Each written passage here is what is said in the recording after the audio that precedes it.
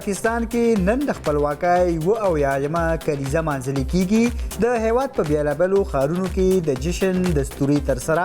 کراچۍ، لاهور، اسلام آباد، پیښور، کویټه او ملتان کې د آتشبازۍ مظاهرې د ورځې آغاز د توپو سلامۍ نشو د ملک او قوم د ترقۍ او خوشحالۍ لپاره دواګانې هم غوښتې شوي.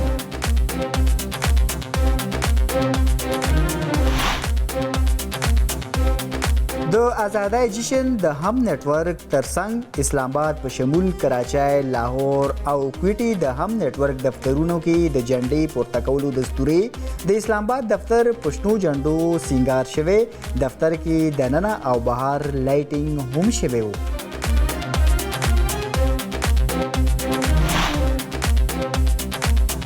صدر آصف علي زرداري او وزیر اعظم شهباز شریف د آزادۍ د ورځې په مناسبت قوم ته مبارکي ورکړې. موږ ته په دې ورځ دا عهد کول پکار دي چې د عوامي ترقۍ دپاره به په ګډه کار کوو. د صدر آصف علي زرداري وینا. وزیر اعظم شهباز شریف وایي پاکستان به د خپلې آزادۍ د جدوجہد دپاره د مقبوضه کشمیر د خلکو اخلاقي، سفارتي او سیاسي مرستې جاري وساتي.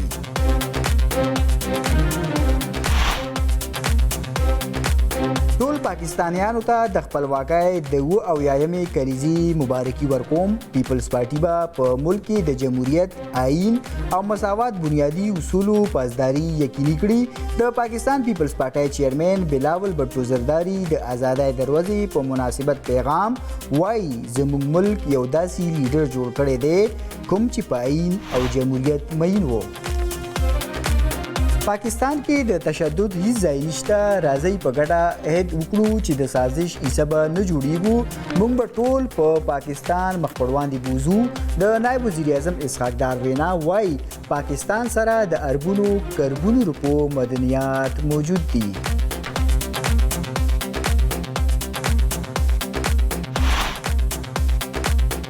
او زموږ نه وروستو آزاد شوي ملکونه ډېر مخکې دي. زموږ مشرانو د دې هیواد جوړو لپاره بې شمېره قربانۍ ورکړي.